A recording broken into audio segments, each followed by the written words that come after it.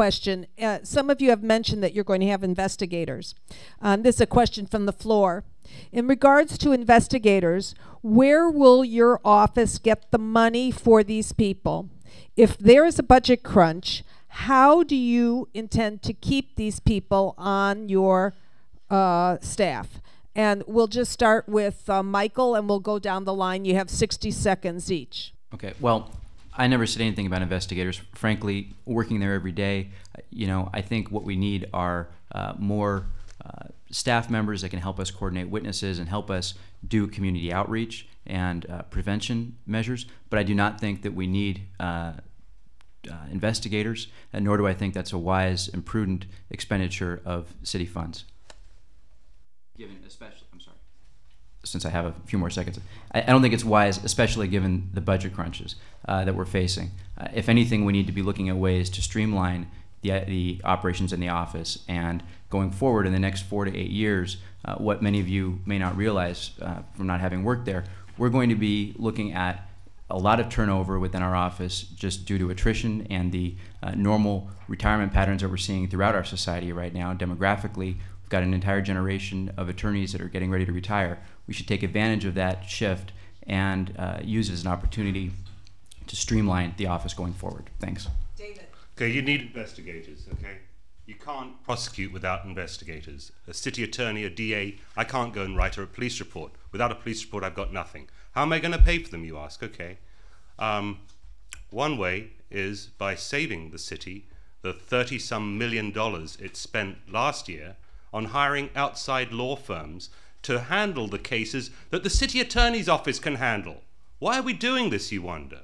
Well, they say the case is too complicated for our city attorneys. And yet, one of our city attorneys argued a case in the Ninth Circuit and won on Thursday. So I'm not buying that.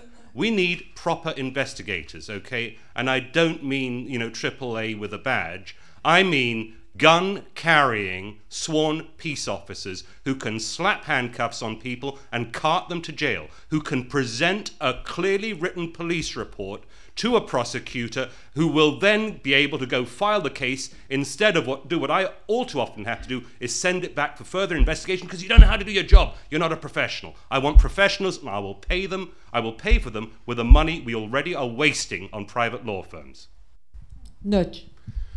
First and foremost, having tried cases on both sides of the fence, both as a civil practitioner and as a deputy district attorney, in all types of cases, you need an investigator. You can't go out and interview witnesses, because if you go out and interview witnesses yourself, you make yourself a witness and you get recused from the case. So in terms of investigators, they're much needed. There aren't any, and I agree that they need to be gun-toting, because it'll change the character of the city when you have an independent city attorney who's able to investigate not only billboards, but everything else. Trust me, that is a much needed change.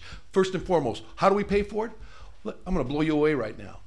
1/10 of the time on a digital board, 1/10 of the time, $97,000 a month times 10 comes out to $98 billion a year if you work it out for 24 hours a day, 365 days a year. Why aren't we having the billboard companies pay for their own monitoring? Secondly, why aren't we taxing that revenue? It's a complete source of a new source of revenue. You need to be innovative right now in terms of monies in this city. There's a ton of ways. One way is by saving money. The other way is by creating new sources, and that's a very good source that we can work into. If they want to break the law, let them pay for the enforcement of it. Thank you. Noel. The idea of investigators sounds logical, and obviously what you're talking about is the efficient use of resources.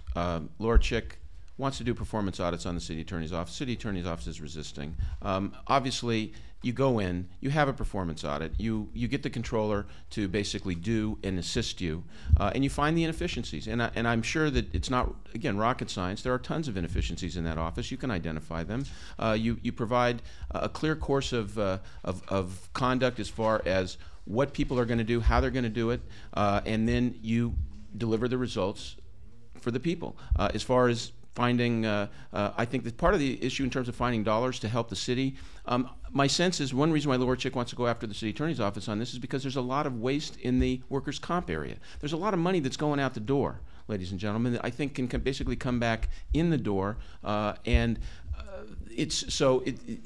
we can't really stovepipe this. We have to look at a situation and focus in on, I think, just better efficient use of the city attorney's office. Thank you.